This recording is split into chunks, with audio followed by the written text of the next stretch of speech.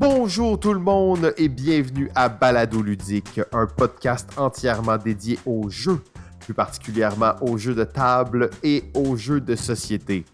Aujourd'hui, c'est un moment historique pour Balado Ludique. Balado Ludique saison 10, épisode 1. Je suis Simon et... Comme ce sera l'habitude pour la saison 10, je suis en compagnie de la légende P7, l'historien du jeu, Pierre Poisson-Marquis. Salut Pierre! Salut Simon! Oh yes, alors là c'est la saison 10, je suis vraiment excité d'être là. Comme je te disais juste avant qu'on commence, Pierre, je suis honoré et je me sens choyé de faire ça avec toi. Vraiment. Là, avec le temps, là, je me souviens les premières fois qu'on t'a reçu à Balado Ludique, à quel point c'était mythique et unique. Et là, je veux pas dire que ça l'est pas, mais là, maintenant, c'est rendu, on se tutoie, on se connaît bien et je veux dire, je suis tellement heureux de m'embarquer dans cette aventure avec toi pour la saison 10. Mais là, c'est juste moi, là. Il y a personne d'autre. Mais là, bien entendu, les gens vont se questionner, où est JF? Où est JF? Vous vous rappelez, lors de la saison 3-4 de Balado Ludique, on a fait un truc qui s'appelait « Où est Jimmy? » On le cherchait, et bien, ce sera notre objectif de trouver JF durant cette saison 10. Bien entendu, vous avez peut-être déjà vu passer sur les réseaux que JF a entamé des nouvelles aventures dans son existence. Elles ne sont pas contre Balado Ludique, mais pour le moment, il doit se concentrer sur des nouveaux projets. On peut, je crois, dire, et une bonne main d'applaudissements pour JF, qui est maintenant le gérant du pub ludique, le Joker, à Longueuil. Alors, une grande nouvelle aventure pour Chief en personne. Mais bien entendu, on va essayer de le trouver et d'en apprendre plus sur lui au cours de cette saison. Ce sera donc Pierre et moi qui avancerons main dans la main durant la saison 10. Oui, si on peut dire ça, effectivement. Ouais, t'as pas l'air satisfait de ça? Ben, je sais pas, je m'attendais pas à ce que tu me prennes la main pour qu'on s'en aille dans la saison 10, mais si tu y dis... Ah! Ben non, ben on peut faire ça sans se toucher aussi, hein, ou mettre des gants. Alors, c'est quand même une saison assez exceptionnelle, la saison 10. D'ailleurs, on se questionnait qu'est-ce qu'on allait faire. Bon, on devait s'adapter un peu.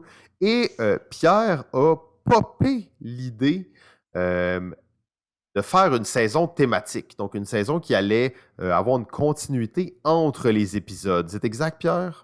C'est exact, oui. En fait, j'avais ça à l'idée depuis un moment. J'avais même pensé proposer ça à la dernière saison. Mais bon, disons que c'était pas encore mûrement réfléchi. Mais là, je me disais que pour la 10e saison, comme c'est une saison qui a quand même son poids, on parle de 10 saisons quand même, là, c'est... Oh, c'est lourd! C'est lourd, ça commence à être important, donc je pense qu'on était dû à Balado Ludique pour avoir une saison qui était digne de ce statut-là. Alors, je me disais, une saison qui a du corps, qui a de la forme, qui a de la constance. Une saison avec quelque chose qui est une ligne directrice qui peut nous mener d'une émission à l'autre avec de l'anticipation. Fait que je me suis dit, pourquoi pas faire un top 50. Mais pas vraiment un top, mais plutôt une liste. Et liste de 50 jeux. Une liste de 50 jeux sur 50 ans. Oh. Et puis, ben, ces 50 ans-là, ce sont les 50 dernières années qu'on vient de passer. Donc, de 1971 à 2021, au moment où on se parle pour cette émission de Balado Ludique.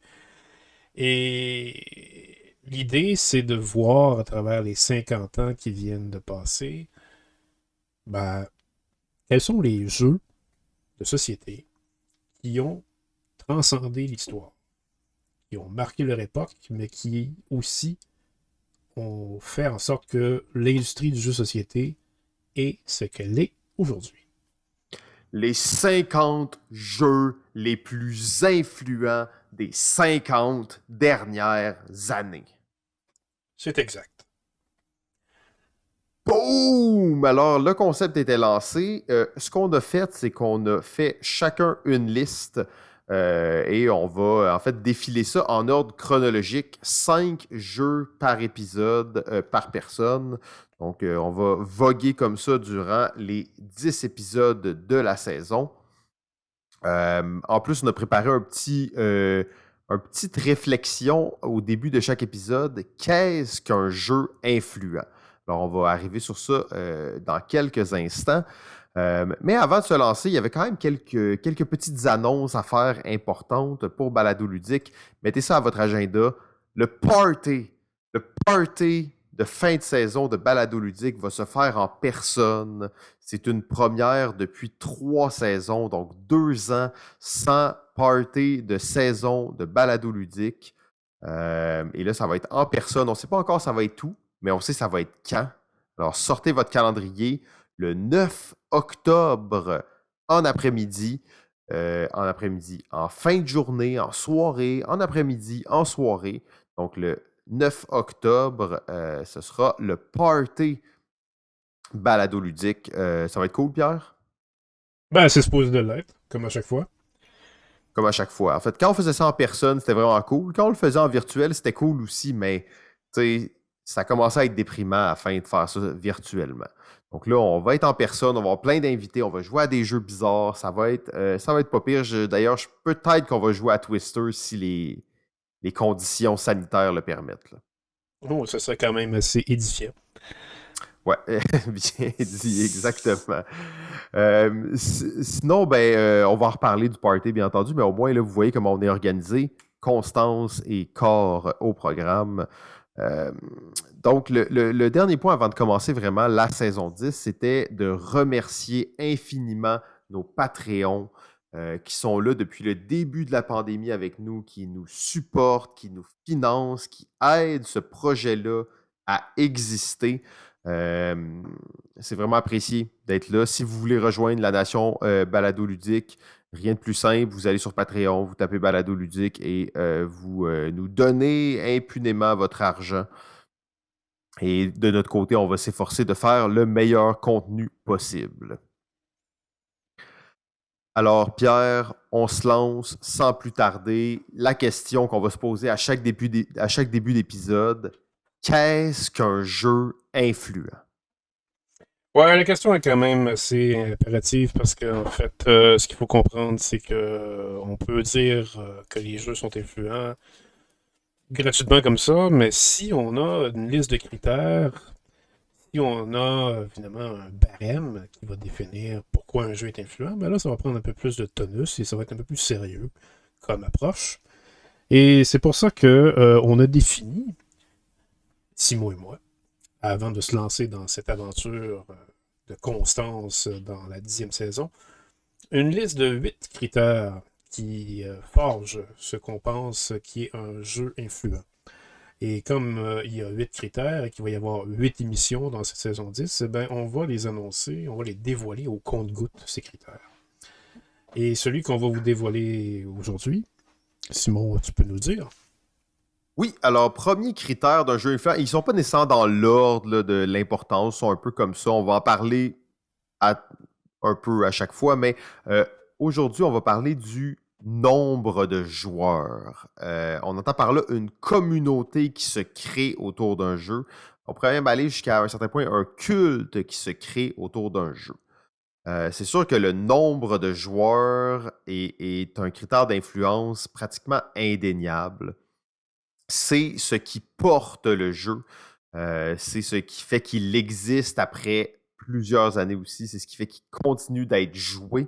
Un bon exemple de ça, c'est les échecs et c'est Monopoly, des jeux. Là, c'est sûr qu'il y a des. On va dire, mettons, juste les échecs, un jeu d'une très, très, très ancien, mais qui continue d'être joué de façon importante. Pierre, je te laisse réagir sur ce critère. Ben oui, évidemment, les échecs, j'allais le nommer, mais puisque tu l'as nommé maintenant, j'ai plus rien à dire. Ah, Donc, oui, effectivement, le culte de la communauté des jeux, c'est assez majeur pour définir comment un jeu est influent. Et on parle pas juste des jeux de société. Les échecs, évidemment, c'est C'est l'exemple probablement qu'on pense en premier parce qu'il y a des tournois internationaux d'échecs depuis au moins un siècle. Et on sait que les champions internationaux des échecs sont érigés en tant que stars, superstars même internationales. C'est à ce point que les échecs peuvent revêtir une importance quand tout le monde développe une communauté autour du jeu. Mais les jeux vidéo, par contre, vont aussi avoir le même phénomène. On pense par exemple à la fameuse Major League of Gaming, qui Mhm. existe depuis 2002, qui fait tellement parler et qui attire tellement de participants pour faire des tournois de jeux en ligne, que les gagnants de ces tournois-là sont à leur façon aussi comme les champions internationaux d'échecs, mais en plus ils deviennent millionnaires parce que les prix sont absolument astronomiques lorsque vous gagnez un tournoi de jeux vidéo dans un Major League of Gaming. Tournois qui sont donnés à chaque année avec des jeux comme StarCraft ou League of Legends qui sont devenus des jeux influents en fait parce que ce sont des jeux qui ont leur communauté monstrueuse sur la planète. Ouais, exact. Et là, on parle de beaucoup de tournois et tout ça, mais la communauté, ça vient aussi avec un aspect important qu'on va appeler l'aspect de... Dans le jeu de société, mettons, on va utiliser les termes de jeu de société, mais de faire des variantes de jeux, de faire des versions personnalisées de jeux, de faire des extensions maison, de faire tout de 3D printer des pièces spéciales pour des jeux. De créer des aides de jeu sur mesure. Toutes ces petites choses-là que la communauté fait autour d'un jeu, qui fait que ben, le jeu est plus agréable à jouer, il est plus intéressant, il se renouvelle. Donc, que les joueurs s'approprient un jeu, et ça de façon massive, là, aide vraiment au phénomène d'influence pour un jeu. Oui, absolument. C'est effectivement une autre caractéristique d'une communauté. Un jeu peut devenir influent à cause d'une communauté parce que la communauté ne sera pas satisfaite du jeu lui-même. Elle va contribuer à sa popularité en inventant littéralement des suppléments pour enrichir le jeu, des extensions maison si on veut. Et parfois même ces extensions maison vont séduire les éditeurs du jeu et ils vont devenir commerciales. Donc, c'est à ce point que la communauté peut revêtir de l'influence sur un jeu. Ouais, ben quand on prend comme exemple l'un des jeux les plus influents de tous les temps, Terraforming Mars, Oui, ça, euh, évidemment, à- on peut en discuter beaucoup, là. ça sera peut-être un sujet qui va revenir dans la saison, là, mais bon. Tu sais, il y avait beaucoup de gens qui justement, avaient modélisé des modèles 3D pour faire des tuiles spéciales en 3 dimensions, parce que le jeu a juste des tuiles en 2 dimensions. Mais dans la version Big Box de Terraforming Mars, ben, maintenant, il y a des modèles 3D des différentes tuiles là, qui viennent dans le jeu, là, Oui, mais pour ça, évidemment, rendre l'expérience plus immersive. c'est surtout parce que le jeu était laid que ça a été fait comme ça. C'est pas parce que le jeu était vraiment bon nécessairement. Mais de toute On façon, parle de jeux influents ici, hein, pas nécessairement de bons jeux. Ça va être aussi un sujet tout au long de la saison qui va revenir. Ça veut pas dire qu'un jeu est bon parce qu'il est influent. c'est vrai, c'est vrai. Mais je suis pas prêt à dire non plus que c'est l'influence qui a fait en sorte que le 3D s'est fait dans Terraforming Mars. Mais de toute façon, on pourra en débattre quand probablement que Simon va nous présenter son Terraforming Mars dans sa liste. Qu'est-ce que vous En voulez? fait, étonnamment, je veux pas divulgacher personne, mais je l'ai retiré de la liste. Tiens donc. Parce qu'il était comme dans les... En tout cas, il n'y avait plus de place dans ma liste. Mais là, suite à une erreur que j'ai faite, comme on a pu le voir juste avant l'enregistrement, peut-être qu'il y a 1 ou 2 emplacements qui sont maintenant disponibles sur ma liste. Donc, parfait pour que Terraforming puisse revenir. Mais ça sera à l'épisode probablement 9 ou 10. Ah, mais ça pourrait pas fonctionner parce que tu feras encore une erreur. Donc, alors, comme on dit, on va sûrement débattre un peu des choix qu'on a fait ensemble. Bien entendu, il y a des choix qui se recoupent et on va y aller en ordre chronologique. Ce qui veut dire qu'aujourd'hui, on va commencer donc cette liste des 50 jeux les plus influents en 1971 avec un premier jeu, sans encore une fois trop divulgateur. Nos 3 premiers jeux sont les mêmes sur la liste. Alors, pas qu'on voulait pas être originaux, mais qu'est-ce que vous voulez? On Ouais, s'est rencontrés à cet endroit-là, hein. ouais, on s'est vraiment pas consulté, hein. Sérieusement, on s'est dévoilé nos listes il y a à peine quelques heures et puis on a constaté que l'évidence était là pour 71. Il y avait des jeux qui pouvaient vraiment pas passer sous le radar pour ni l'un ni l'autre. Et ces trois jeux, vous allez comprendre assez vite pour ceux qui nous écoutent. Si vous ne connaissez pas ces noms de jeux-là, il y a un problème, probablement. Sérieusement, je pense pas qu'il y a personne qui écoute ça qui connaît pas ces noms de jeux. Puis on va y aller sans plus tarder, justement, en fait, avec le Uno de la liste, le numéro 1 de la liste, pas nécessairement en termes d'influence, mais le premier jeu dont on va parler, c'est le jeu Uno, sorti en 1971. Et en fait, pour moi, ce jeu-là, pour résumer un peu l'affaire, là, c'est peut-être le seul jeu qui peut vraiment rivaliser avec Monopoly en termes de, on va dire, mettons, d'influence générale très large sur le monde des jeux de société. Là, je dis ça comme ça, mais tout le monde connaît Uno, tout le monde a joué à Uno, tout le monde a Uno chez lui. En fait, d'après moi, il y a plus de gens qui jouent à Uno sur une base semi-régulière qui jouent à Monopoly sur une base semi-régulière. C'est un jeu, on compte même plus les spin-offs, là, mais je pense qu'on est rendu autour de 500 différentes versions du jeu Uno. D'ailleurs, il y avait la version Legacy qui est sortie il n'y a pas longtemps et même la version en braille qui est sortie il y a quelques années. Un jeu qui, comme Catan, en fait, continue de voir ses ventes augmenter en pourcentage année après année. Pierre, je vais te laisser nous en parler un peu plus en détail de Uno. Ouais, ben comme vous voyez, c'est quand même un jeu qui a un nom de circonstance pour commencer cette liste-là. Avec un nom qui veut dire un en italien ou en espagnol, on peut pas avoir mieux choisi le premier jeu.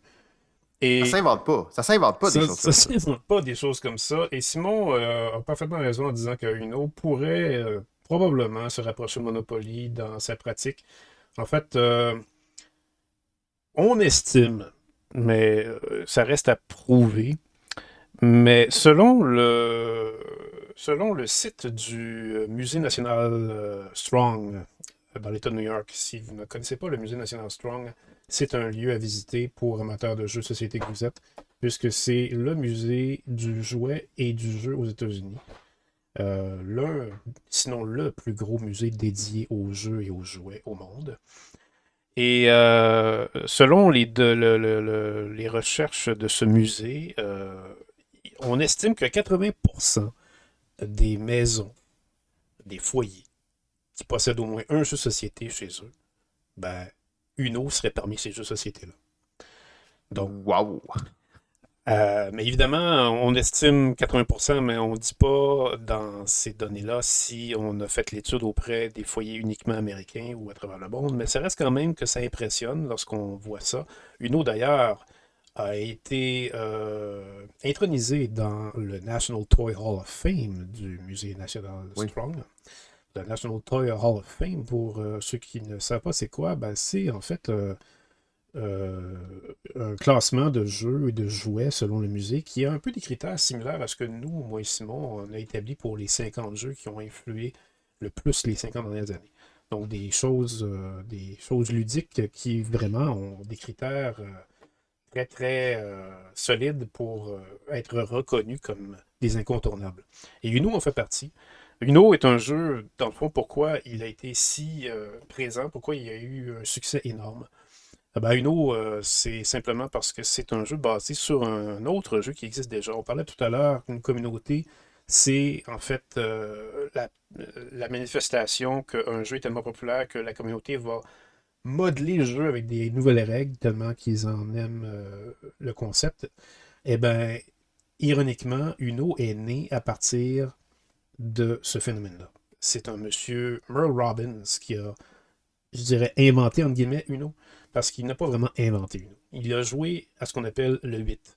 Parce que si vous connaissez Uno, et si vous connaissez le 8, qui se joue avec un jeu de cartes normal, ben, vous avez tout de suite revu, et vous avez tout de suite vu, finalement, les ressemblances entre les deux jeux. C'est littéralement tellement frappant qu'on se demande qu'est-ce que Uno peut bien avoir inventé. Parce que les règles du 8, c'est vraiment les règles de Uno, mais avec des cartes normales. Donc, quand vous jouez à Uno, il y a des cartes qui changent de sorte, de couleur à jouer sur la table. Et bien, dans le 8, vous avez une carte qui, normalement, pourrait être le valet ou la reine qui pourrait être jouée et qui ferait la même chose. Et le 8 en tant que tel, dans le jeu du 8, va être aussi un atout. Exactement comme il y a des cartes d'atout dans Uno. Euh, mais l'affaire avec le 8, par contre, c'est que chacun a ses règles maison pour le jeu du 8. Il y a toutes sortes de Comme variantes. tous les jeux de cartes, hein, les variantes locales, régionales, ça c'est comme ça pour beaucoup de jeux de cartes. Exactement. Et Merle Robbins, un barbier de l'Ohio de 57 ans, jouait souvent aux cartes avec sa famille, c'est-à-dire son fils et sa belle-fille, ou si je crois même c'est sa fille et son beau-fils plutôt, sa femme et des amis. Et Uno est né d'une séance de jeux de cartes comme ça, un soir de 1971, chez M. Robbins, chez les Robbins, là où ils étaient tous mélangés à savoir quelle carte faisait quoi en jouant au 8, parce que les amis qui recevaient en visite avaient leur version du jeu du 8, alors que M. Robbins et sa famille avaient l'autre version. Et là, ben, ils se mélangeaient sur savoir qu'est-ce qu'un valet faisait, qu'est-ce qu'une reine faisait. Et finalement, M. Robbins a tranché. Il a dit bon, ben écoutez, on va vraiment fixer ça. Je vais écrire littéralement sur les cartes qu'est-ce qu'elles font quand on les joue. Oh. Et en écrivant sur les cartes, il a fait naître le Uno parce qu'il a fixé des règles stables et toujours constantes sur le jeu de cartes du 8.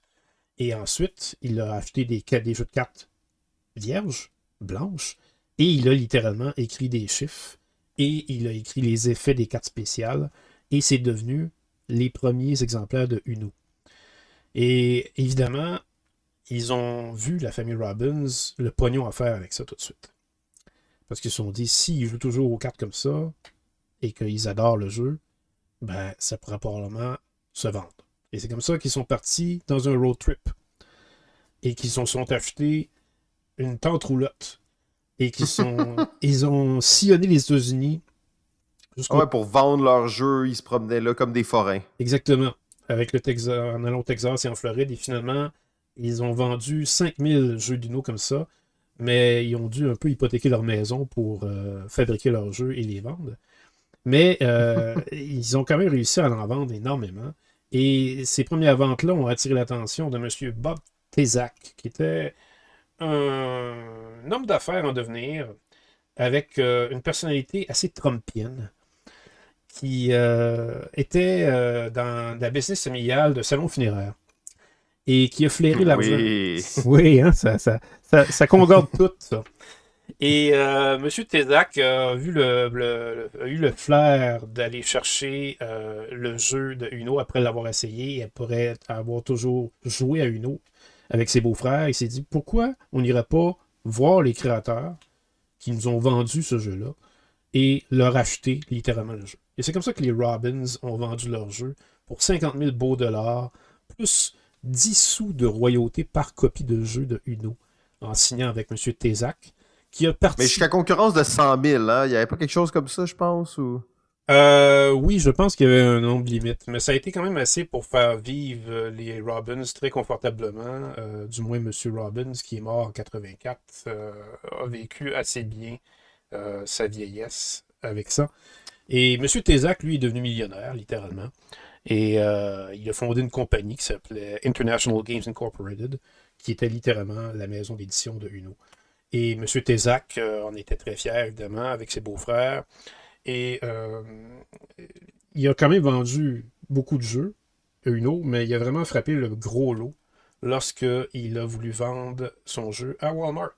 C'est le fondateur de Walmart lui-même, Sam Walton, qui est venu chercher les Uno chez M. Tezak et sa compagnie pour les rentrer chez Walmart. Et ensuite, ben, c'était devenu de l'histoire ancienne le fait que Uno était un petit jeu de cartes.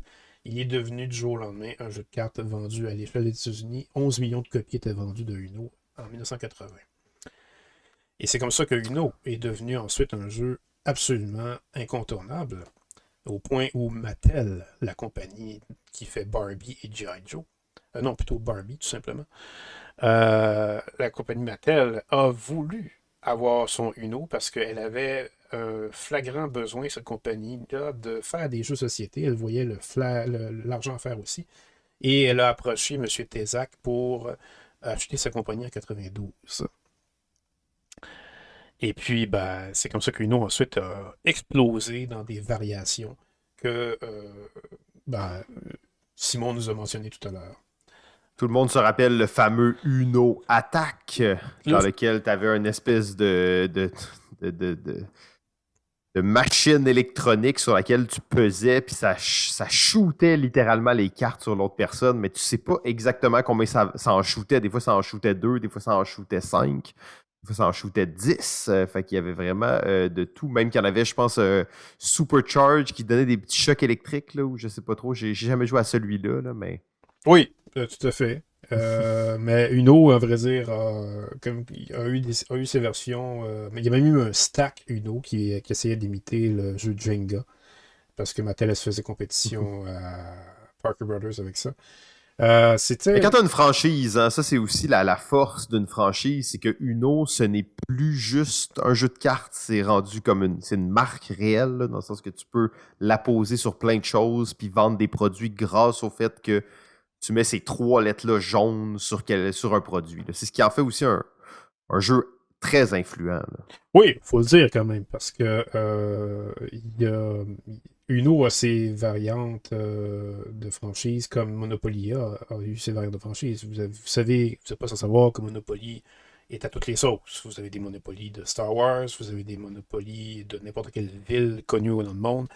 Vous avez des Monopoly. Uno, c'est la même chose, hein. T'as des Monopoly de Marvel, des Monopoly des Minions, pas des Monopoly, des Uno Disney, des Uno Avengers.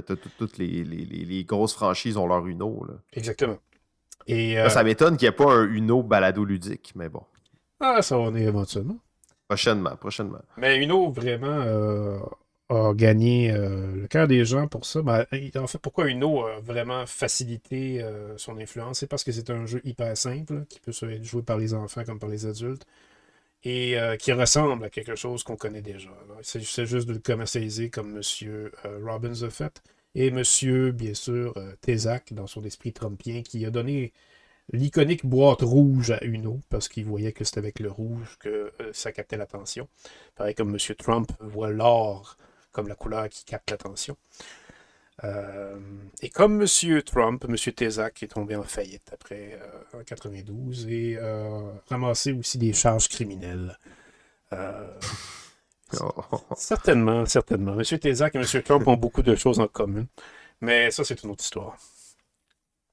Oui, effectivement, on aurait pour un bout. Alors bon, c'est sûr que là, vous savez maintenant, Pierre hein, est maintenant titulaire officiel à Balado Ludique. Il va falloir le gérer un petit peu sur le temps, mais c'est toujours quand même assez intéressant malgré tout. Fait que c'est difficile de l'interrompre quand il part, mais ça met la table pour la liste des 50 jeux les plus influents des 50 dernières années. En 1971, donc il y a exactement 50 ans, le jeu Uno sortait. Et en 1971, il y a exactement 50 ans, un autre jeu sortait. Un jeu, en fait, que Uno, je ne suis pas nécessairement un fan de Uno, mais le prochain jeu, je suis personnellement un très grand fan de ce jeu. J'ai joué d'innombrables parties quand j'étais jeune et même plus vieux. C'est un jeu qui a été inventé par un expert en télécommunications en Israël. Sans trop de fanfare et de parade, il s'agit du jeu Mastermind. Alors, vous savez, ce jeu dans lequel on doit essayer de deviner la combinaison faite par l'autre joueur, disons, qui est plus une espèce de robot dans Mastermind. Mais tout le monde connaît ce fameux jeu. Inspiré d'ailleurs d'un jeu qui s'appelle Bulls and Cow, qui est en fait exactement Mastermind, mais avec des chiffres et des lettres là, pour certains, avec des chiffres et des lettres au lieu d'être des couleurs. Donc, c'est vraiment, encore une fois, une espèce pas de rip-off, mais de prendre un concept qui existe déjà et le commercialiser. Pierre, je te laisse nous introduire à Mastermind. Oui, Mastermind, comme tu l'as dit, c'est une reprise d'un vieux jeu qui s'appelle Bulls and Cows. En fait, c'est des chiffres seulement, c'est pas des chiffres et des lettres. Mais c'est des chiffres qui doivent tous être différents.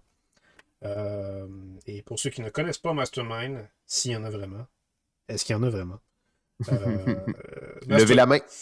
Mastermind, donc, c'est ce jeu où vous devez deviner une série de pions de couleurs qu'un joueur, en fait, un des deux joueurs va créer en cachette. Et l'adversaire va devoir essayer, après plusieurs tentatives, un nombre limité de tentatives, il faut le dire, de trouver la bonne série de couleurs avec des indices que le joueur qui a créé la série de couleurs va lui donner à chaque tour. Des indices qui vont être soit c'est la bonne couleur à la bonne place ou c'est la bonne couleur mais pas à la bonne place.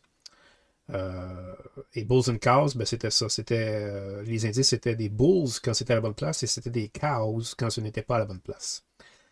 Le but du jeu c'était de trouver tous les Bulls finalement. Euh, Maintenant, Mastermind, pourquoi on appelait ça Mastermind? Ben, c'était pour faire accrocheur. C'était en fait Pour que ça sonne épique. pour que ça sonne épique, effectivement.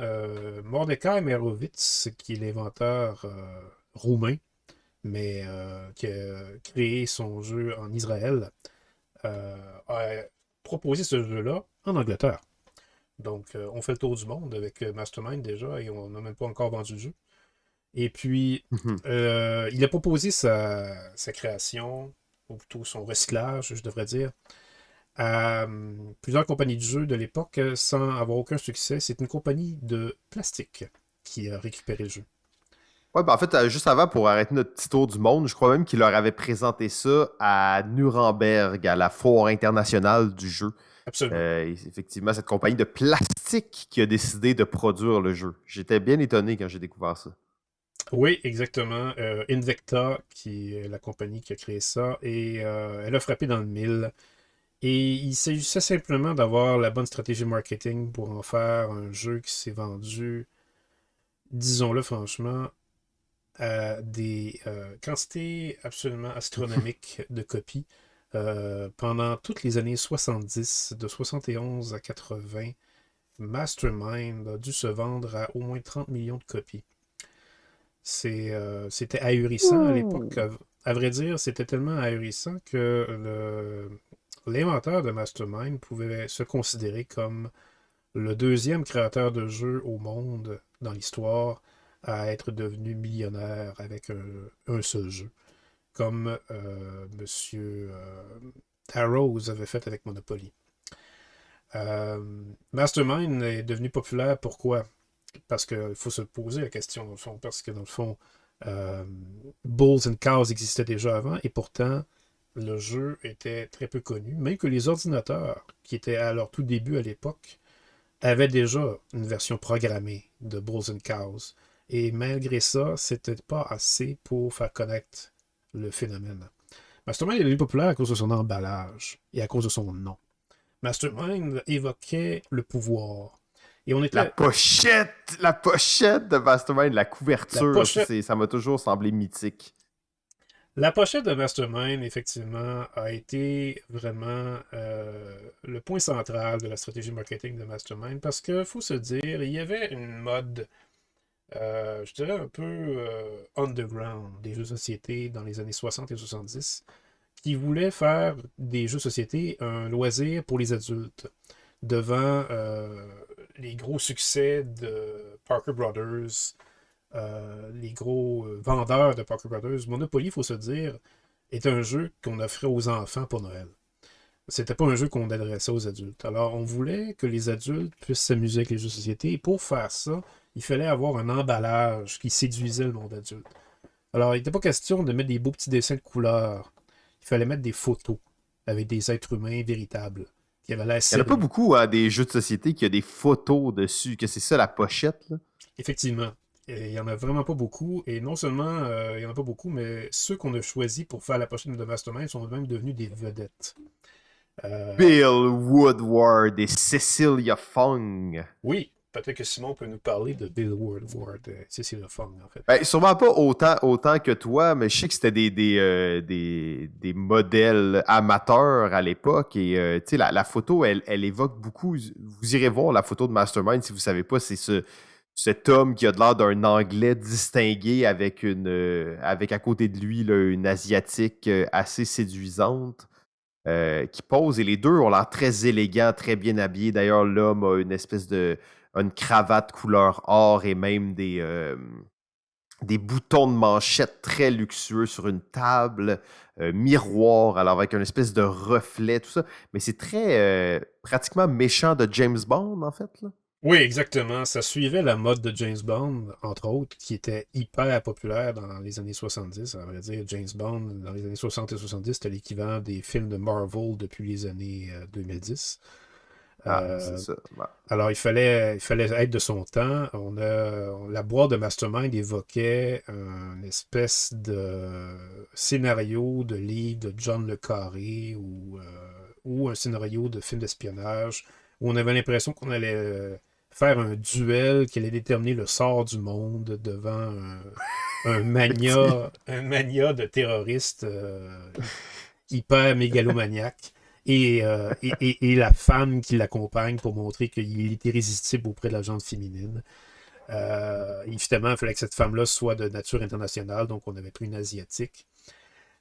Ces deux personnes-là, l'histoire est quand même assez cocasse parce que la compagnie les a recrutés sur le champ.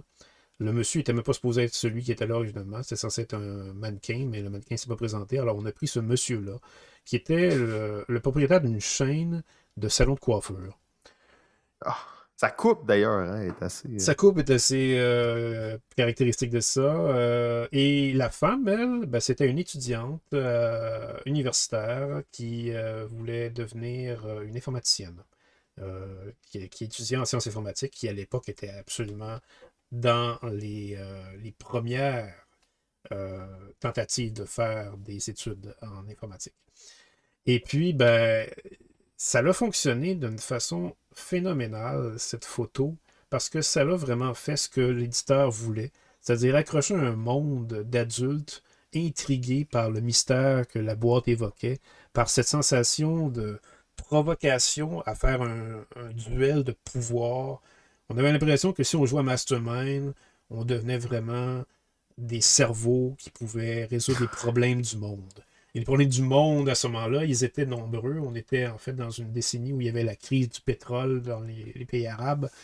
Et on avait aussi la guerre du Vietnam qui sévissait. Donc, c'était Mastermind, un symbole de son temps. Et c'est pas pour rien qu'après ça, il y a eu des variations du jeu. Et dans chaque variation du jeu, comme un Super Mastermind, où il y avait encore plus de couleurs à deviner, ben, c'était encore une fois une boîte avec des personnages comme ça qu'on avait pris pour les photographies. Des photos. D'ailleurs, je vous conseille fortement d'aller regarder la boîte de Royal Mastermind. Ouais. Je suis pas sûr que ça passera encore en 2021, mais c'était assez osé. Là. Et ces deux personnes-là ont été repris en 2003 pour Ils ont fait à 30 years later. Exactement. Ils ont fait ça pour montrer qu'ils étaient encore vivants et qu'ils étaient encore prêts à faire la comédie. M. Woodward est mort en 2013, je crois. Mais ils se sont redéguisés de la même façon pour faire l'édition anniversaire de Mastermind. Et puis, ben, ils sont devenus des vedettes entre ce moment où ils ont refait la boîte et le premier exemplaire. Ils sont devenus des vedettes à ce point que la femme s'est donné un sobriquet. Elle s'est appelée Cecilia Masters. Et l'autre, et M. Woodward, lui, il s'est fait surnommer Monsieur Mastermind. Il y avait ça écrit dans son passeport. Et on le reconnaissait comme ça. Alors, c'est vous dire le phénomène de masse que ça pouvait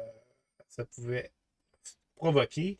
Quand on parle de jeu influent, c'est ça. Là, c'est que ça se transpose dans la culture de façon à créer des vedettes à partir d'une boîte. Puis au-delà du jeu, tu sais, puis ce qui est fou, c'est que c'est pas... Tu sais, tu le disais, Invicta, là, c'était pas des éditeurs de jeux, là. C'était une compagnie qui faisait du plastique, là. Oui. Fait qu'ils ont comme pris des chemins un peu différents de ce qui était la tendance. Ils se sont pas nécessairement, ils ont pas été dans le moule là, pour faire un mauvais jeu de mots sur le plastique et ça l'a payé là, à long terme pour la suite. Là. Oui, parce qu'après ça, il y a eu des tournois en plus de Mastermind. Ah ben, Mastermind, hein, c'est un jeu de tournoi. Moi, je joue qu'en tournoi à Mastermind. Bon, ben voilà. Et puis, il y a des personnalités qui adoraient Mastermind. Mohamed Ali disait que Mastermind, c'était son jeu préféré. Le Danemark, imaginez-vous le Danemark, quand on parle de communauté de joueurs, le Danemark a été officialisé comme pays le plus grand consommateur de Mastermind. On dit, Ah, c'est tellement bon, ça. Ça, c'est on une dit belle que... statistique. En fait, on dit que le Danemark, je pense qu'il y avait 80% de la population du Danemark possédait Mastermind.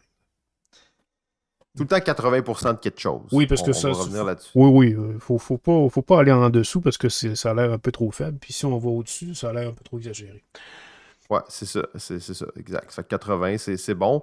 D'ailleurs, c'est un peu une stat bidon, justement, maintenant qu'on est dans les chiffres, mais vous savez que vous avez une chance sur 1296 d'avoir la bonne réponse au premier tour, au Mastermind classique. Là. Donc, une chance sur 1296. Est-ce que ça vous est déjà arrivé d'avoir la bonne réponse au premier tour, là, d'avoir... T'as-tu déjà arrivé, toi, Pierre? Moi, ça m'est déjà arrivé au deuxième, je pense. Au deuxième. Deuxième, c'est pas pire, mais au premier, là, c'est assez exceptionnel. Ouais. Fait que Mastermind, au-delà de sa mise en marché incroyable, là, est-ce que tu as comme quelque chose en tête qui te fait dire que c'est un jeu qui a transcendé les époques? Ou... Ben, évidemment, le fait qu'il soit encore édité aujourd'hui en est la preuve. Le fait, par contre, qu'il n'y a plus cet aspect très jeu de pouvoir entre adultes, sexy, parce que c'est tombé après les années 70, cette image-là. Ça l'a quand même moins bien vieilli. Mais reste quand même que Mastermind, s'il y a bien une chose, moi, je trouve qui a vraiment été la preuve de son influence, c'est qu'avant que Mastermind arrive sur le marché des jeux, les jeux de déduction, il n'y en avait qu'un seul comme référence, c'était Clou ou Cluedo. Hmm. Pour ceux qui nous écoutent, je pense entre autres à ce bon À vieux nos amis français. nos amis français comme Ludo le gars. Euh, mais je pense que Mastermind a été celui qui a ouvert la deuxième sous-catégorie de jeux de déduction, en fait les jeux de induction. C'est-à-dire que les jeux de déduction comme Clue ou Cluedo, c'est des jeux où on élimine de l'information pour trouver la réponse. Les jeux comme Mastermind de induction, c'est des jeux où on ajoute de l'information pour trouver une réponse. Et il y en a quelques-uns maintenant de ces jeux-là qui sont sur le marché aujourd'hui. Je pense par exemple à Code 777, qui était quand même inventé avant Mastermind, mais qui n'a pas eu le succès que Mastermind a eu. Alors c'est Mastermind qui a vraiment ouvert la porte à ça. Euh, et c'est quand même tout un exploit. Effectivement, parce que Mastermind, malgré justement tout ce branding autour du jeu, reste quelque chose d'assez simple. On voit que la moyenne pour résoudre le problème, c'est habituellement entre 4 et 6 essais. Là. Fait que c'est pas nécessairement quelque chose qui est comme très, très, très élevé comme niveau, mais tu as l'impression que ton QI il monte quand tu es bon à Mastermind. Ouais, c'est ça aussi, la magie de ce jeu-là, c'est que c'est comme un peu Uno, encore une fois. C'est simple, c'est universel, ça peut se jouer avec des enfants comme avec des adultes, et ça donne vraiment une impression, comme l'image qu'on a pris pour vendre le jeu des années 70, ça donne vraiment une impression de pouvoir. Ça donne vraiment euh, quelque chose qui fait en sorte que il n'y a pas 56 solutions à un problème, et il y en a une, on finit par la trouver, et quand on la trouve, on se sent intelligent.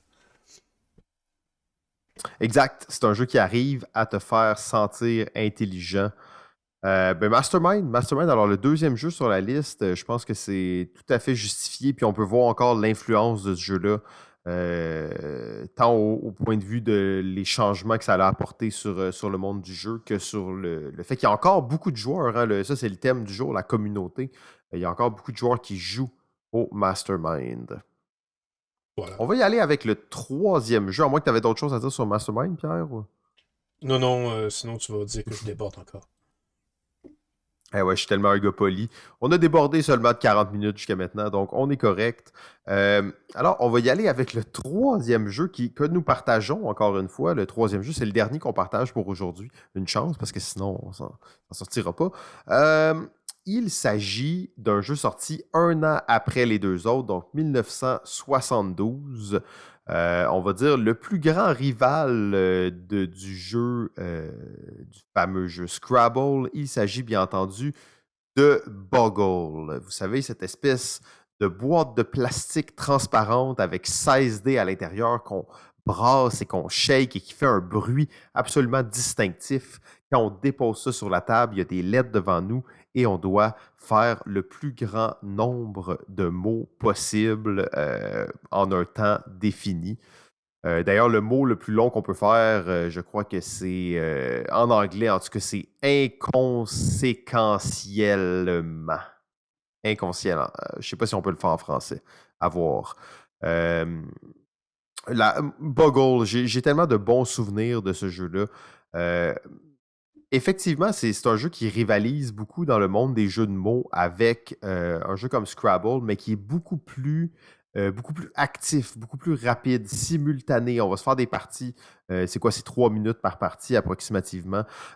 Donc vraiment, on est dans l'opposé du Scrabble, mais vraiment pour moi, c'est un jeu qui reste encore de nos jours. J'ai encore la vieille version en tête que ma mère avait chez moi de Boggle, tout brun mais ô combien agréable comme jeu. Idéal pour tous les âges aussi. Encore une fois, un jeu qui est plus simple probablement que Scrabble et qui permet en fait de jouer à tous les niveaux un peu. Parce que des gens qui sont juste capables de faire des mots de 3 lettres vont quand même pouvoir jouer à Boggle assez facilement.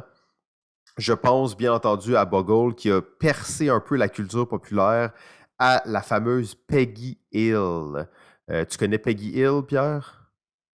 J'avoue que tu viens de tu viens de m'attraper avec ça, là. Oh, Pierre, on l'attrape jamais en plus, mais je me disais là peut-être que je tenais quelque chose que Pierre connaissait pas. Bien entendu, Peggy Hill, qui est la femme de Hank Hill, de King of the Hill, Henry et sa gang, pour les Ah, plus oui, oui, oui, oui. gens qui connaissent alors Peggy Hill, qui est une championne de Boggle. Elle participe à de nombreux tournois. Alors déjà, le fait que tu as un épisode complet dédié à ton jeu dans une série télé populaire, c'est la preuve que tu as pénétré le marché, que tu es sorti du monde des jeux de société. Surtout quand on pense que cet épisode-là aurait pu être fait presque 30 ans plus tard. Alors, Pierre, j'ai pas parlé beaucoup de la conception, de l'invention de ce jeu. J'imagine que tu avais quand même quelques informations pertinentes à nous partager là-dessus. Ben oui, évidemment. Boggle, bon, pour ceux qui ne connaissent pas Boggle, encore une fois, faut-il le souligner parce que, bon, c'est peut-être pas comme Mastermind et Uno, mais il reste quand même que c'est assez dur de ne pas connaître Boggle.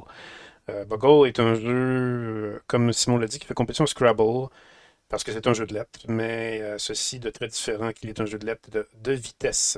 C'est-à-dire qu'il se joue en l'espace de 3 minutes, sablier inclus, et vous avez une grille de 4 par 4 avec des lettres qui sont dans cette grille-là, dans le fond, qu'on a déterminé avec des dés. Ce sont des dés qui sont lettrés. Et on fait un mot mystère. En fait, c'est un jeu de mots mystère, Boggle. C'est vraiment le principe du mot mystère, ou le mot magique, comme peut-être certains connaissent une grille où vous avez plein de lettres qui sont mélangées et il y a des mots qui se cachent dans ces lettres mélangées-là. Ben, c'est le principe de Boggle. Vous devez trouver des mots qui vont être formés avec des séries de lettres qui sont dans cette grille de 4 par 4 là. On s'entend évidemment qu'un mot long avec une grille de 4 par 4 ça va être assez difficile à faire, mais Boggle nous permet de faire une série de lettres qui sont collées l'une à l'autre en passant par les diagonales. Donc, vous pourriez vraiment faire une espèce de serpentin à travers les lettres pour faire un mot. C'est un jeu qui, comme Mastermind, vous donne vraiment l'impression d'être brillant quand vous jouez, parce que plus votre mot est long quand vous le faites, plus vous avez vraiment l'impression d'avoir frappé le gros lot. Surtout que le but du jeu de Boggle, c'est de trouver des mots que personne d'autre a trouvé. Si vous avez trouvé un mot que quelqu'un d'autre a trouvé, et quand le temps va être écoulé, il va falloir que tout le monde se dise les mots trouvés et les mots communs entre chaque joueur vont être annulés. Donc, c'est ça qui rend toute la frénésie et l'intérêt de Boggle. Maintenant, Boggle, il fallait qu'il y ait un début à ça. Et c'est un inventeur. En fait, on le définit vraiment comme ça, Boggle. L'inventeur de Boggle, il est vraiment qualifié comme inventeur, Alan Turoff. très très peu de choses sont connues de M. Turoff parce que c'est un inventeur qui se voulait très discret, très introverti, mais quand même très amoureux des lettres. La légende veut même qu'il aurait été un gardien pour les neveux de l'inventeur du Scrabble, justement, M. Alfred Butts. Et ce qui se passe avec M. Turoff en 72, il a présenté son jeu Boggle à Parker Brothers. Et Parker Brothers avait vraiment envie de faire compétition à Scrabble, parce que Scrabble, il faut se dire, n'était pas un jeu qui était de l'édition Parker Brothers.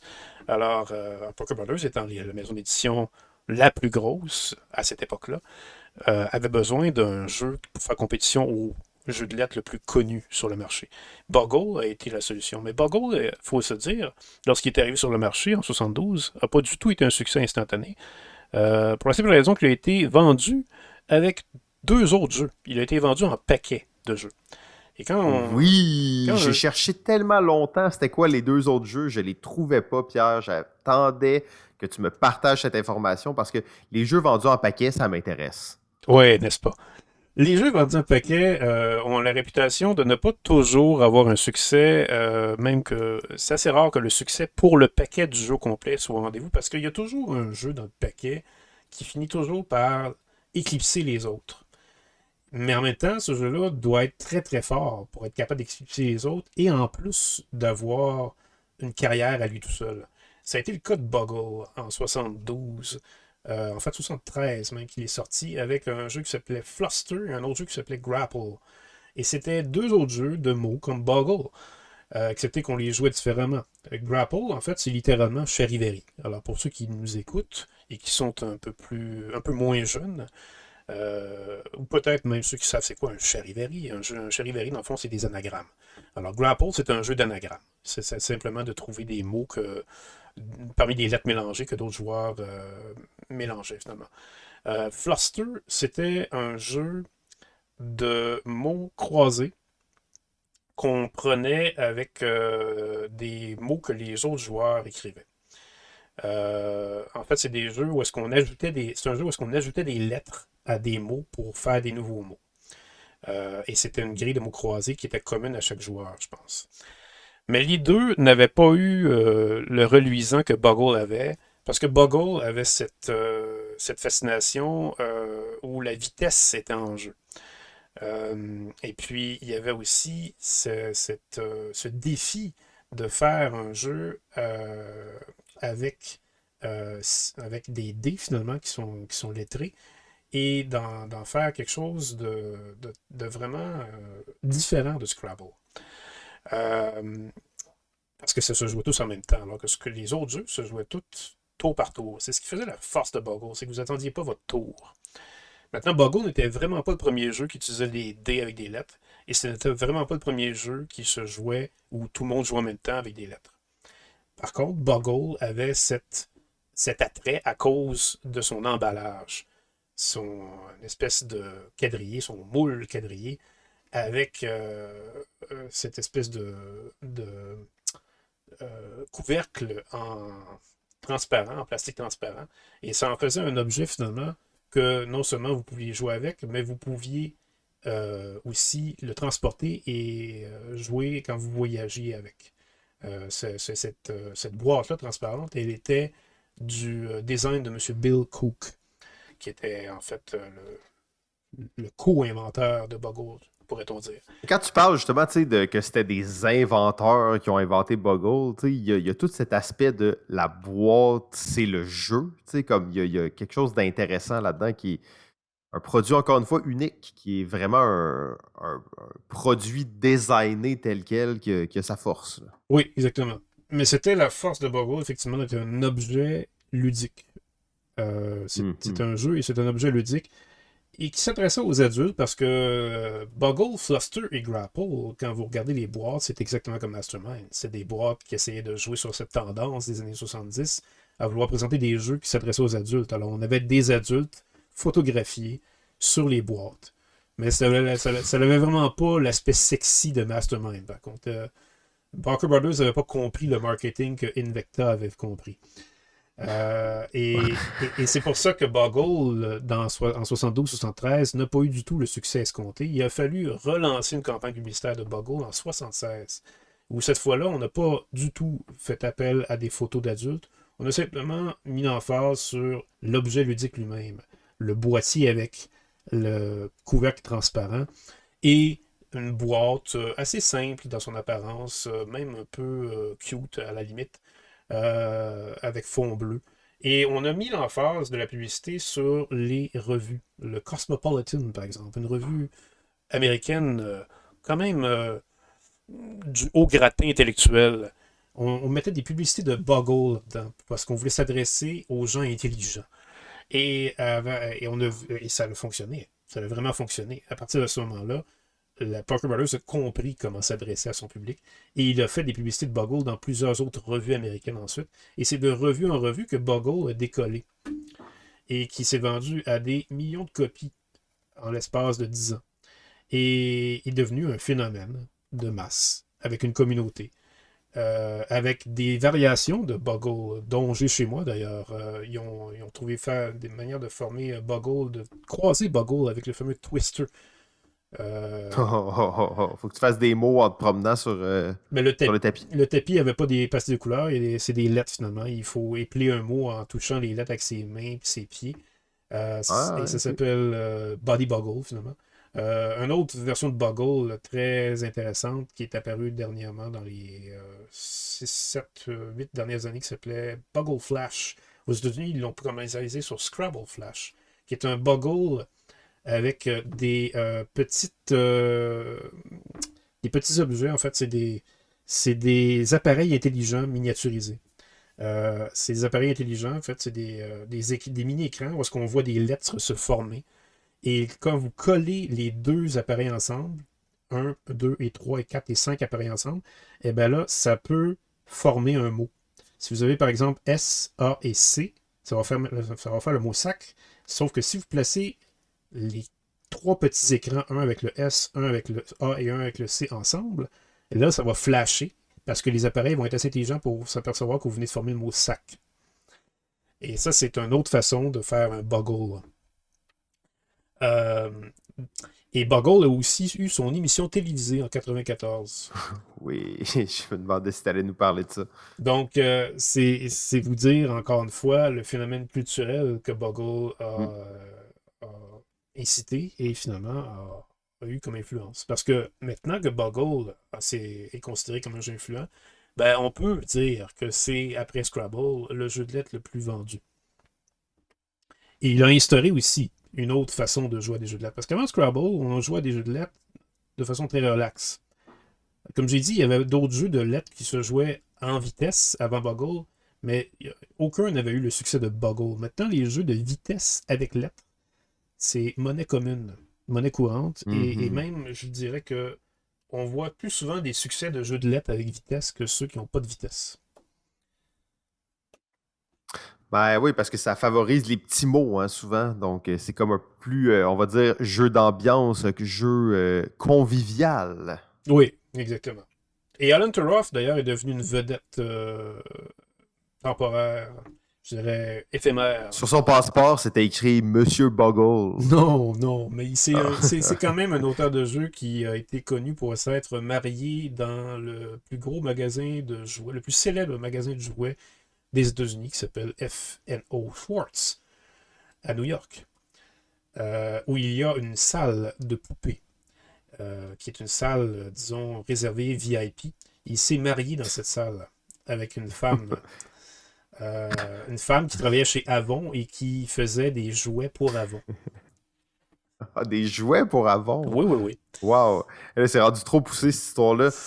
On va tout de suite passer au prochain. Là, il nous reste 2 jeux à faire, mais en réalité, il nous reste 4 jeux à faire. Oui. Fait que je sais qu'on veut aller quand même assez vite, mais là, on touche la limite qu'on s'est donnée pour notre épisode. Donc, on va devoir plus limiter un peu les prochaines interventions. Je dis ça surtout pour Pierre. J'en ai une qui sera très courte, donc ça va compenser. Bon. On va y aller tout de suite avec justement le quatrième jeu. On se projette. En fait, on va y aller en ordre chronologique, Pierre. Fait que ça serait 1973 de ton côté, en fait. Oui. Et là, je vais vous amener dans des contrées qui sont très peu connues pour Ouais, plusieurs ça, d'entre vous. c'est obscur. Là. Ça, c'est obscur. Ouais, autant les trois qu'on vient de vous nommer sont vraiment connus par tout le monde qui n'ont pas vécu en dessous d'une roche depuis 50 ans. Autant celui que je vais vous nommer va vous paraître très normal si vous ne connaissez pas. C'est même un jeu qui a un nom allemand, ça s'appelle Drang nach Osten. Et Drang nach Osten en allemand, ça veut dire littéralement euh, répandez-vous vers l'est. Ou plutôt dispersez-vous vers l'est. C'est une phrase qui fait partie de la culture allemande, de la culture militaire allemande. Ça fait partie en fait des ambitions des Allemands depuis le 19e siècle. Les Allemands ont toujours eu au 19e siècle cette espèce d'ambition de vouloir conquérir l'est de l'Allemagne, les pays slaves, parce qu'ils jugeaient qu'ils avaient quelque chose à leur amener de mieux. Et c'est une phrase évidemment qui a été récupérée dans la Deuxième Guerre mondiale par Hitler, parce que quand Hitler a voulu conquérir l'Est, chose qu'il a fait d'ailleurs, c'est avec ce slogan qu'il a lancé ses troupes. Alors ça symbolise un peu la campagne militaire des Allemands contre les Russes au début de la Deuxième Guerre mondiale, c'est-à-dire de 40 à 41. Et c'est littéralement un jeu sur ça, Drang nach Osten. C'est un jeu qui illustre la Deuxième Guerre mondiale, cet épisode des Allemands contre les Russes. Pourquoi ce jeu-là est passé comme parmi les plus influents? Ben pour ça, il faut savoir, faut premièrement s'attarder à la catégorie de jeu que Drang nach Osten appartient, c'est-à-dire les jeux de guerre, ou plus communément appelés en allemand, pas en allemand, mais en anglais, les wargames. Les wargames, pour ceux qui nous écoutent et qui ne connaissent pas c'est quoi, ce sont littéralement... Levez la main. Oui, levez la main, oui. C'est littéralement une catégorie de jeu à elle-même qui a ses adeptes par centaines de milliers, sinon par millions, et des adeptes de jeux vraiment hyper longs, hyper compliqués et hyper détaillés. Parce que c'est des jeux de guerre, en fait, c'est littéralement des simulations militaires sous forme de jeu. Donc on prend littéralement tout ce qu'on connaît d'un épisode de guerre et on transforme ça en scénario jouable avec des règles sur une table. Et ça, cette tradition-là, elle est partie dans les années 50 avec un monsieur Charles Roberts qui a inventé un jeu à ce moment-là qui s'appelait Tactics. Il a inventé la suite ensuite qui s'appelait Tactics 2 et c'est avec ça qu'il a vraiment lancé sa compagnie de jeu qui s'appelait Avalon Hill, que peut-être plusieurs d'entre vous connaissez parce qu'elle existe encore, cette compagnie. Une petite compagnie obscure de Wargame. Oui, exactement, parce que c'est le premier éditeur important de cette catégorie de jeux-là. Avalon Hill a fait des jeux de guerre ensuite à part plusieurs dizaines des années 50 jusque dans les années 90 avant d'être racheté par le gros géant Hasbro. Et ces jeux de guerre-là ont littéralement parti une mode. Ils avaient leur magazine qui suivait avec ça, magazine qui s'appelait The General, et leurs adeptes et leurs créateurs de jeux. Et jusque dans les années 70, les jeux de guerre avaient un chemin à tracer pour avoir leur popularité, mais dans les années 70, ils ont littéralement explosé. Il y avait des adeptes de jeux de guerre vraiment dans tous les coins des États-Unis. Il y avait une génération qui jouait à ces jeux-là, qui était la génération des fils et petits-fils des gens qui avaient été à la Deuxième Guerre mondiale, et qui se demandaient vraiment c'était quoi la Deuxième Guerre, c'est-à-dire cette guerre qui avait été la plus grosse de toute l'histoire. Ils étaient fascinés par ça, mais ils n'avaient pas vécu ça parce qu'ils étaient du côté des États-Unis qui n'avaient jamais été envahis. Donc, ils voulaient revivre ce que leurs parents ou leurs ancêtres avaient vécu sous forme de jeu. Et c'est avec les Wargames qu'ils pouvaient le faire. Et ça a vraiment donné une naissance à une sensation, une mode extrême. Des jeux vraiment, on parlait tantôt des jeux qui voulaient s'adresser aux adultes avec Mastermind et Boggle, ben là, on parlait vraiment de jeux uniquement faits pour adultes. Parce qu'on s'entend, les enfants ne pouvaient pas jouer à ces jeux-là, qui étaient beaucoup trop compliqués. Des jeux très compliqués, hein? Exactement. Et elle est partie, cette mode-là, à cause d'un monsieur qui s'appelle Jim Donegan, qui avait fait un jeu qui s'appelle Panzer Bliss en 1970. Ça a l'air affreux, Drag Nash Austin. Ça a l'air vraiment compliqué. Oui, Drang nach Osten, en fait, pourquoi il est devenu le jeu qui a été le plus influent dans cette catégorie-là? C'est parce que c'est le premier jeu considéré comme monstrueux. Un jeu mammouth. Ah! Ok, c'est ça. Fait que je suis en train de regarder les photos depuis tantôt, puis je suis comme, ça a l'air vraiment extrême, et effectivement, Oui. ok, c'est Quand vous son regardez, point, sa caractéristique. quand vous regardez le jeu, il a l'air absolument hideux. Pour ceux qui adorent Sight, Ouais, mais ça, vous ne voudriez pas jouer à Dragnar Austin parce que c'était vraiment noir et blanc avec une carte hexagonale, des petits carrés. Faut-il le en même temps, mentionner? pour un jeu sorti en 1973, sérieusement, il est pas vraiment plus laid que les Wargames qui sortent maintenant, là. Non, ça c'est vrai que les Wargames n'ont jamais été forts sur l'esthétique parce qu'ils se concentrent vraiment. Vous êtes tellement concentré à être transporté dans l'action de l'histoire qu'on ne se concentre pas vraiment sur l'esthétique. Mais Dragnar. Désolé pour nos amis du Stack Academy. Oui. Mais le Stack Academy, justement, est une communauté de joueurs qui s'adonnent aux Wargames. Et c'est la preuve que c'est des jeux qui peuvent être influents. Mais un des plus influents, c'était Dragnar Austin, étant donné que c'était le premier jeu monstrueux. Quand je parle de jeu monstrueux, c'est que peut-être certains d'entre vous qui nous écoutez avaient déjà joué à Twilight Imperium, qu'on considère comme un jeu qui dure une éternité parce que ça peut durer 6-7 heures. Je viens de voir le temps de jeu de Ben, Ragnar. Ben voilà, 6-7 Ok. heures pour Twilight Imperium, c'est minuscule comparé à Dragnar Austin, qui, vous imaginez, un jeu de 1973, pouvait durer autour de 3 jours de jeu. 3 jours. 120 000 minutes. Oui, c'est ça. Donc, c'est l'équivalent, ça, si vous jouez à ça, c'est comme si vous jouiez 3 jours de suite, puis vous remplacez votre job de votre 7-8 heures de job, vous le remplacez ça par des heures de jeu de Dragnar Austin. Et vous faites ça 3 jours de suite. Et c'est ça qui est la partie complète. Et qu'est-ce qui fait que ce jeu-là, finalement, a marché? Parce que, on vous dit ensuite, mais pourquoi je voudrais jouer à un jeu comme ça alors que j'ai quand même une vie et que j'ai quand même d'autres choses aussi qui peut m'empêcher de jouer? Ben, c'est à ce point que ce jeu-là pouvait fonctionner. C'est qu'il arrivait vraiment à vous absorber d'une façon tellement réaliste dans la guerre que vous oubliez littéralement votre quotidien. Vous plongiez dans le jeu. Et c'était vraiment du jamais vu. Avant ça, les jeux pouvaient essayer de le faire. Il y avait d'autres jeux de guerre qui avaient essayé de faire ça avant, mais jamais pouvoir avoir des durées aussi monumentales que ça, avec un nombre de quantité de pièces monumentales aussi. Imaginez, 1792 pièces avaient été incluses dans ce jeu-là. Et c'était... Ouais, là, juste pour vous dire, les pièces, là, c'est des petits morceaux de carton. Là. Oui, mais petits morceaux de carton qui sont tous distincts, hein, parce qu'ils sont tous représentants, ils représentent tous des troupes ou des chars... Uniques. Oui, ou des chars d'assaut ou des avions. Écoutez, c'est monumental comme expérience. Et les joueurs qui auraient pu jouer à ça pouvaient en parler et pouvaient vraiment devenir complètement gaga devant ça. Et quand je vous dis que la mode des jeux de guerre était dans les années 70, c'est parce qu'il y avait des centaines de milliers de ces jeux-là qui se vendaient. Pas des jeux aussi monumentaux dans leur durée comme Dragnar Austin. Mais je vous parlais de Panzer Blitz tantôt qui a vraiment contribué à cette mode en 1970.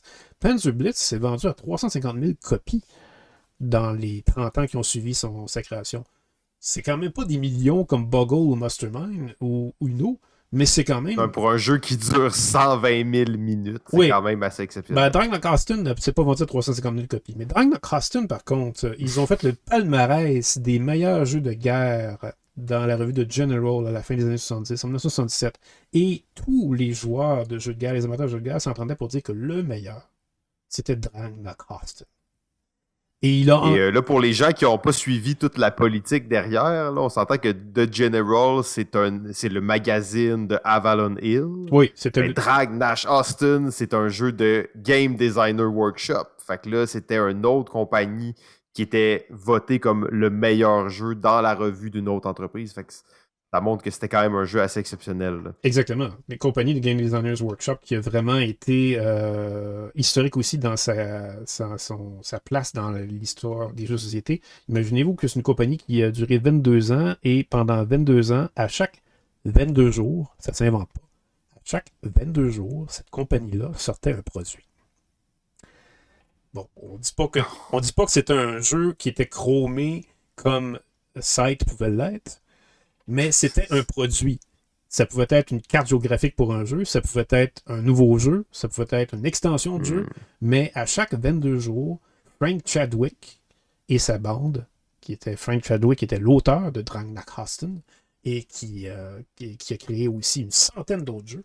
Frank Chadwick, c'était littéralement le Reinhard Nidia des Wargamers.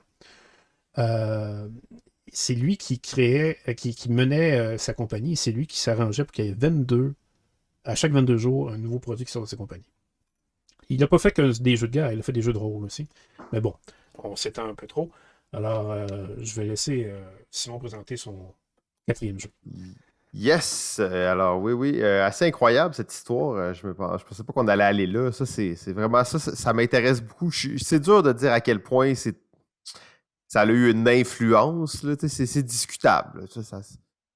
Je pourrais débattre de ça un certain temps. Dying Dark Constant, ben en fait, ça a été le premier jeu qui a osé faire des jeux qui pouvaient durer plus longtemps que 2 heures, 3 heures.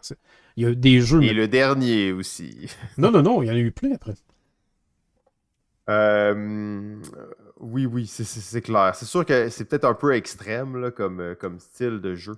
Mais oui, oui, j'ai bien aimé les histoires autour de ça. De mon côté, je dois avouer que je suis resté quand même dans quelque chose d'un peu plus classique. Mais quand même, on revient donc à 1974, un an plus tard et complètement ailleurs. Donc probablement aux États-Unis quelque part. Le jeu Connect 4 fait son apparition. Bon, vous connaissez tout Connect 4, bien entendu, on doit glisser ces espèces de jetons là, dans une grille verticale. D'ailleurs, il y a quand même une espèce de chemin commun. Là. Si on regarde Mastermind, Boggle, Connect Four, ce sont tous des jeux avec un objet vraiment unique qui est au cœur du jeu en tant que tel. Donc, Connect Four, cette espèce de plateau renversable, là, jaune et bleu, avec les jetons rouges et noirs. Encore une fois, quelque chose de très distinctif, là, qui est ancré assez profondément dans l'imaginaire collectif. Un jeu qui rappelle un peu le tic-tac-toe. D'ailleurs, on va revenir là-dessus un peu plus tard. Euh, Malgré tout ça, Connect Four, c'est un jeu justement qui a une histoire, un historique qui est un peu nébuleux. Probablement que Pierre, même s'il l'a pas dans sa liste, va pouvoir bonifier l'histoire que je vais vous raconter, en fait. On raconte, en fait, la légende dit que c'est le capitaine James Cook lui-même, donc célèbre explorateur là, du 18e siècle, en fait, jouait à un jeu qui ressemble beaucoup à Connect Four dans son bateau. Il jouait à ça avec son naturaliste et son botaniste. Et c'est quelque chose qui aurait été comme rapporté dans la légende. Oui, on dit. Euh, Ben, en fait, il y a une légende aussi qui dit que David Bowie aurait inventé le jeu. oui, ben là tu me divulgages les choses dans la chronologie, mais oui, effectivement, ça c'est une légende que j'ai trouvée assez cool, d'ailleurs, qui a aidé à rendre le jeu encore plus populaire. Euh, Est-ce que tu penses que c'est vrai, ça? T'as-tu vu d'autres preuves de cette légende au sujet de David Bowie? Ou? Non, absolument pas. Ah, Je ok. pense que c'était juste pour faire des réactions qu'on a parti cette légende-là, là, parce que je vois vraiment pas quel lien il peut y avoir entre Connect Four et David Bowie. Là.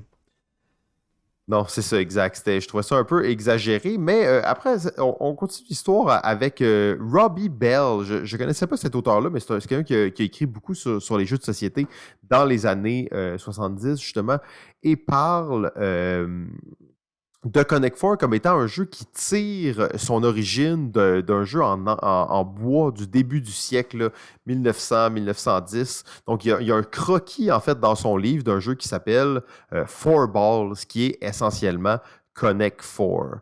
Le but, c'est pas de vous faire l'historique complet là, aujourd'hui de Connect Four, mais juste vous montrer comment ce concept de il appelle ça des jeux de four-row game. Donc, des jeux où tu dois faire aligner des éléments, 4 éléments pareils. D'ailleurs, il y a l'inventeur du Tic-Tac-Toe 3D, en fait, qui avait une version de Connect Four juste avant que Connect Four existe, en fait.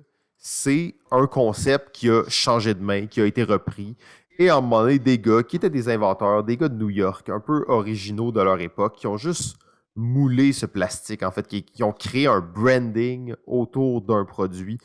Euh, et maintenant, dans le fond, tout le monde connaît ce concept de four-row game comme étant le Connect Four, le fameux Connect Four qu'on a tous joué dans notre enfance. C'est un jeu d'ailleurs aussi là, qui est résolu. Hein, donc, comme un peu le tic-tac-toe, là, je vous parlais de tic-tac-toe plus tôt, même si c'est un jeu assez complexe, il y a plein de possibilités, c'est résolu et c'est prouvé que le premier joueur peut absolument gagner s'il fait la bonne séquence. Donc là, j'ai entendu, j'ai appris ça, la bonne séquence, pour être certain de gagner mes prochaines parties de Connect Four.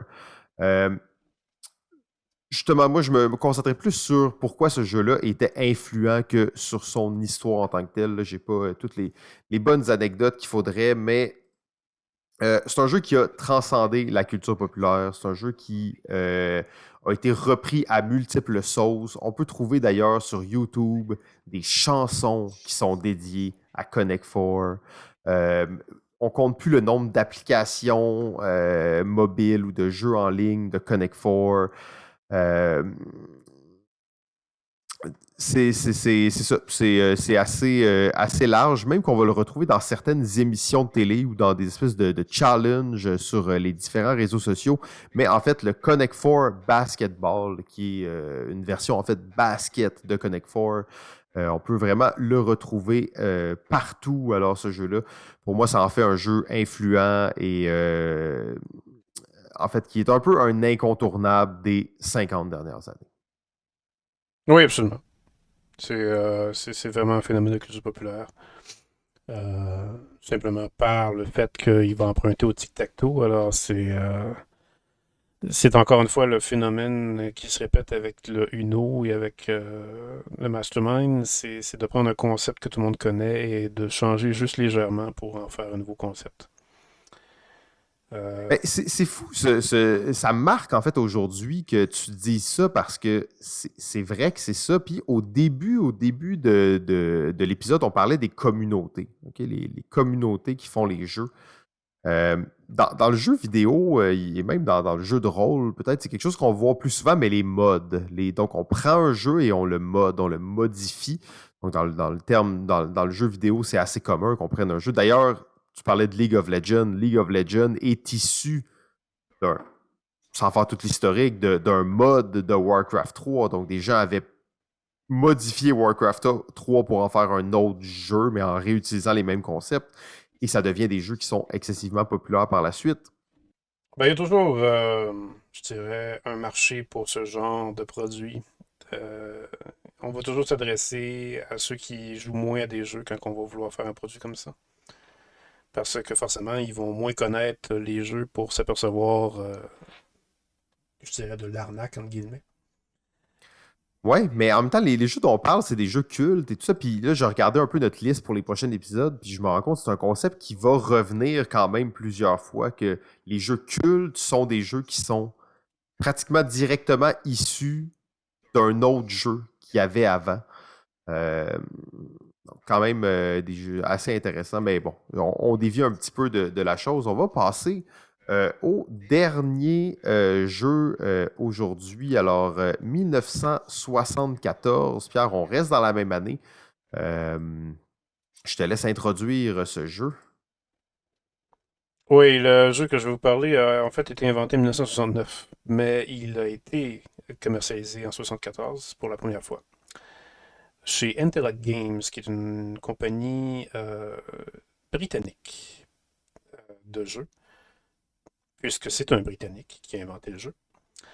Un Britannique, ma foi, qui a ses lettres de noblesse pour les amateurs de jeux de société. Bah, en fait, il faut quand même être amateur de jeux de société depuis assez longtemps pour connaître ce monsieur-là, parce qu'il ne produit plus vraiment de jeux aujourd'hui. Mais il est quand même un nom assez réputé, justement pour le jeu que je vais vous parler, parce qu'en plus d'être un créateur de jeux, c'est un historien des jeux. Il a Oh. été consulté assez régulièrement lorsqu'il fallait faire des films d'époque Euh, ou dans les scénarios de films, on voulait faire jouer les personnages à des jeux de société. C'est lui qu'on consulte pour savoir comment on joue à ces jeux-là à cette époque-là. Et c'est un monsieur d'ailleurs qui a écrit des livres encyclopédiques de jeux. Il a écrit d'ailleurs le Oxford Encyclopedia of Card Games. Je parle de David Parlett, ça va dire, qui a créé son jeu Le lièvre et la tortue, Hare and Tortoise, en 1974. Le lièvre et la tortue, pour ceux qui ne connaissent pas, peut-être ont joué à d'autres éditions de ce jeu, parce que s'il y a bien un jeu où il y a eu plusieurs éditions, c'est ce jeu-là. Une des dernières en date a été faite en France par Purple Brain, qui s'appelait Le Tour du monde à 80 jours. Donc, on a simplement mis le thème d'une histoire de Jules Verne sur le thème initial qui était une fable de La Fontaine, Le lièvre et la tortue. Mais pour prouver à quel point ce jeu-là pouvait avoir un thème assez facilement changeable, quand Parlett l'a créé en 69, c'était une course à la Lune qu'il faisait. Parce qu'évidemment, il était en 69, alors c'était la mode. Le lièvre et la tortue est un jeu des plus influents. Pourquoi? Et peut-être que vous ne connaissez pas. Alors vous allez doublement vous poser la question pourquoi ce jeu-là est influent. Ben, l'une des raisons pour laquelle il est influent, c'est que il a été le tout premier jeu de l'histoire à gagner le plus prestigieux des prix pour les jeux de société. Le fameux Spiel des Jahres, que tous les bons de l'industrie du jeu de société attendent avec impatience quand l'été commence à chaque année, parce qu'ils savent, ces bons des éditeurs de jeux de société, que quand un jeu est produit par leur maison d'édition et qu'il est nominé pour le Spiel et qu'il gagne le Spiel de Jahres, c'est un gage de vente automatique à plus de 350 000 copies de leur jeu. Évidemment, quand le prix a été inauguré en 79, ben, la réputation du prix restait à construire.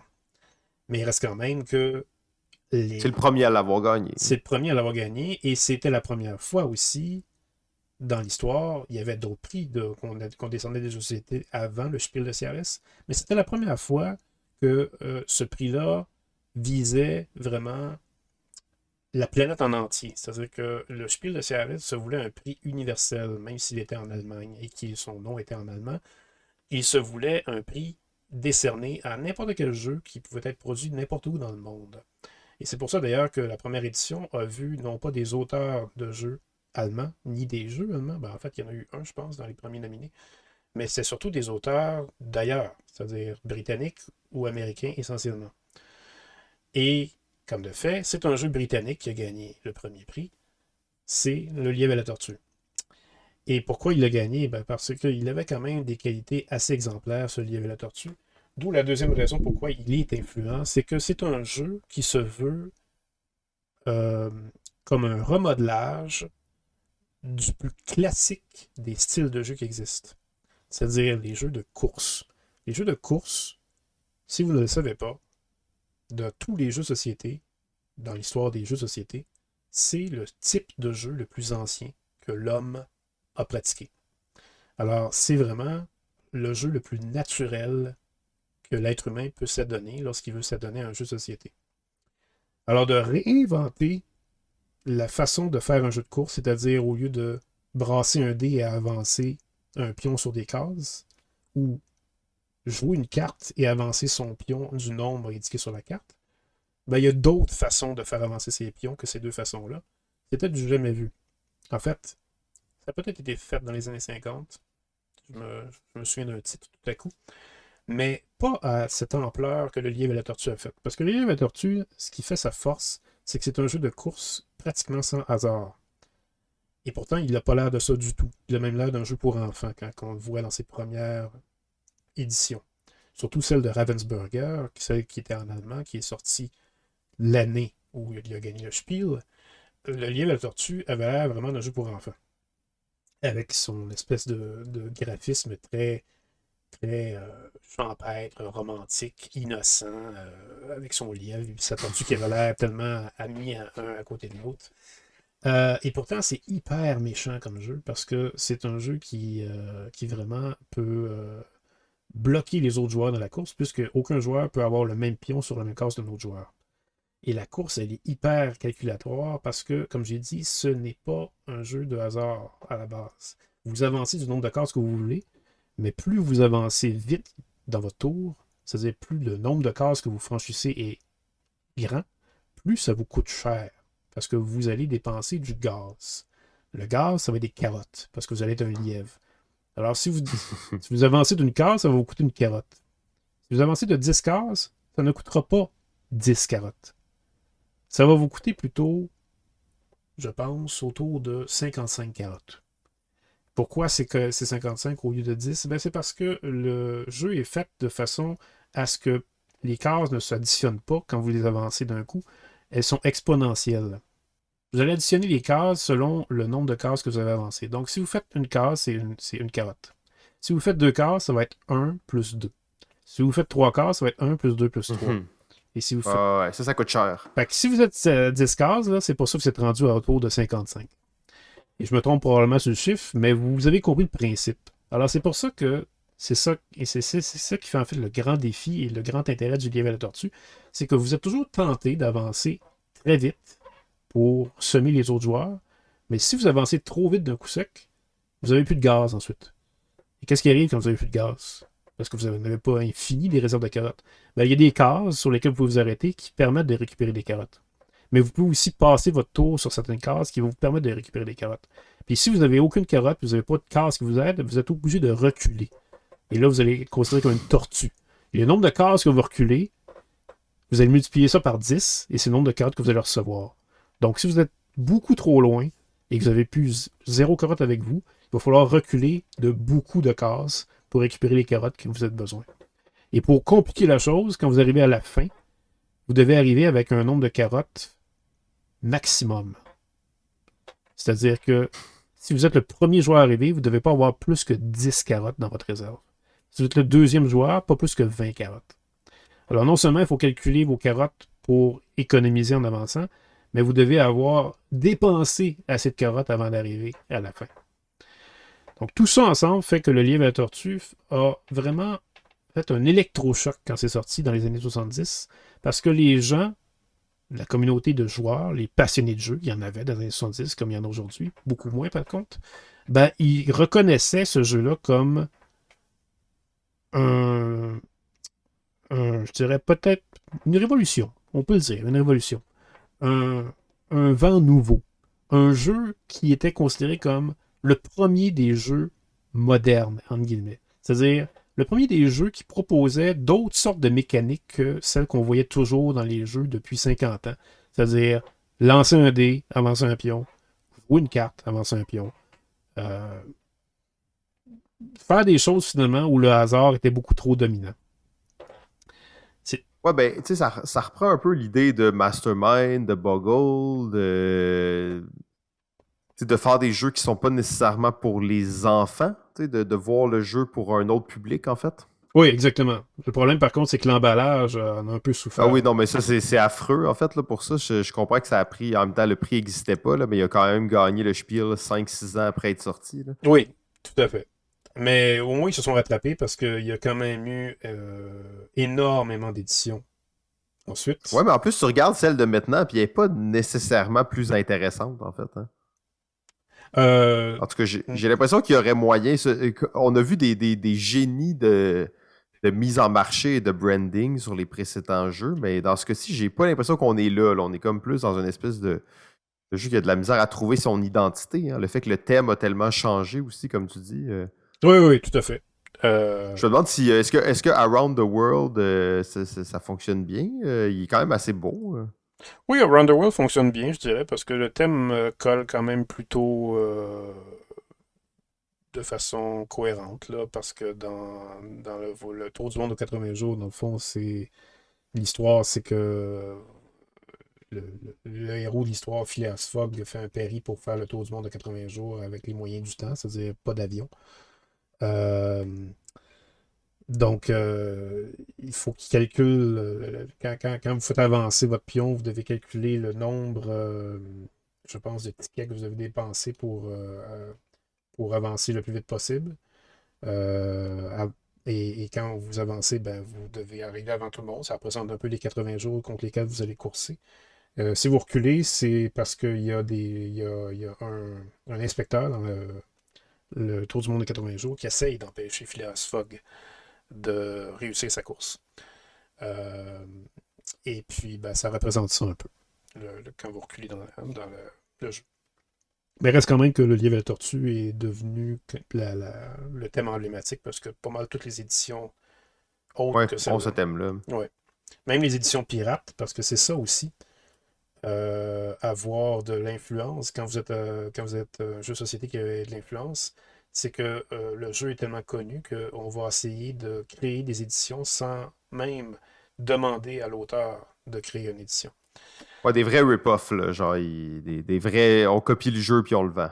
Oui, c'est ça. Donc des éditions tchèques ou des éditions espagnoles, des éditions hongroises. C'est des éditions plus obscures dans des pays qu'on n'est pas habitué de voir qui sortent des jeux.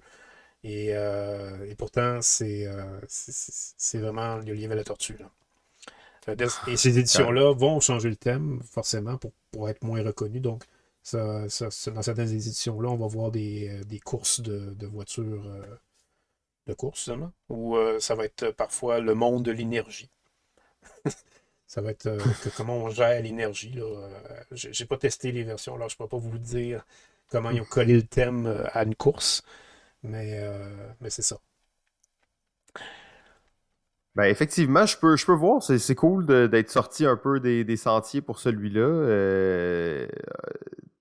Influence, c'est ça, un peu plus, pas difficile à calculer, là, mais elle est différente. C'est pas nécessairement un jeu qui a comme autant resté que les autres. Fait que c'est ça aussi, l'influence, ça se calcule sur plusieurs niveaux différents.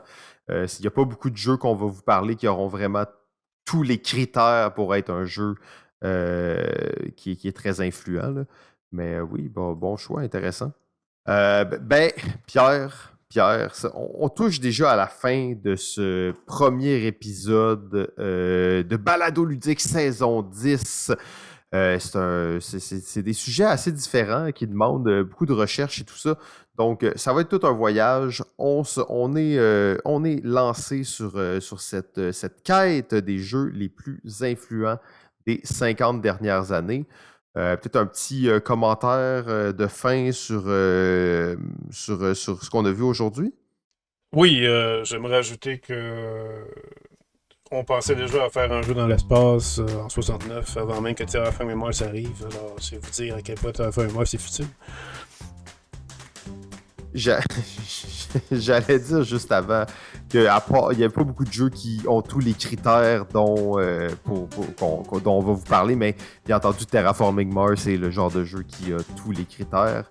Mais on aura la chance de prouver ce point-là plus en détail un peu plus tard, si je me trompe pas, Pierre. Hein?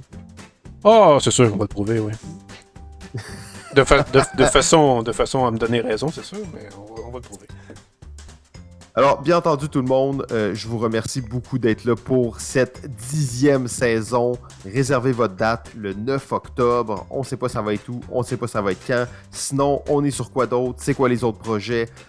Proto de l'année. Le proto de l'année est en cours. Allez voir ça. Vous êtes auteur de jeu, autrice de jeu. Vous voulez voir qu'est-ce qui se passe? Proto de l'année sur Facebook, c'est là. D'un autre côté, on a aussi, bien entendu, le projet des papiers. Vous savez, on travaille avec Pierre et JF sur l'édition de 10 jeux lance et coche québécois, d'auteurs québécois. Alors, des jeux de style roll and write. On travaille là-dessus très fort. Vous pouvez suivre ça aussi sur le groupe Facebook des papiers D, le D, accent aigu. Alors, bien hâte de vous tenir au courant de ça. Sinon, pour les autres, pour les fans, on se retrouve la semaine prochaine. Et Pierre, sur ce, je te souhaite une très bonne journée. Pareillement.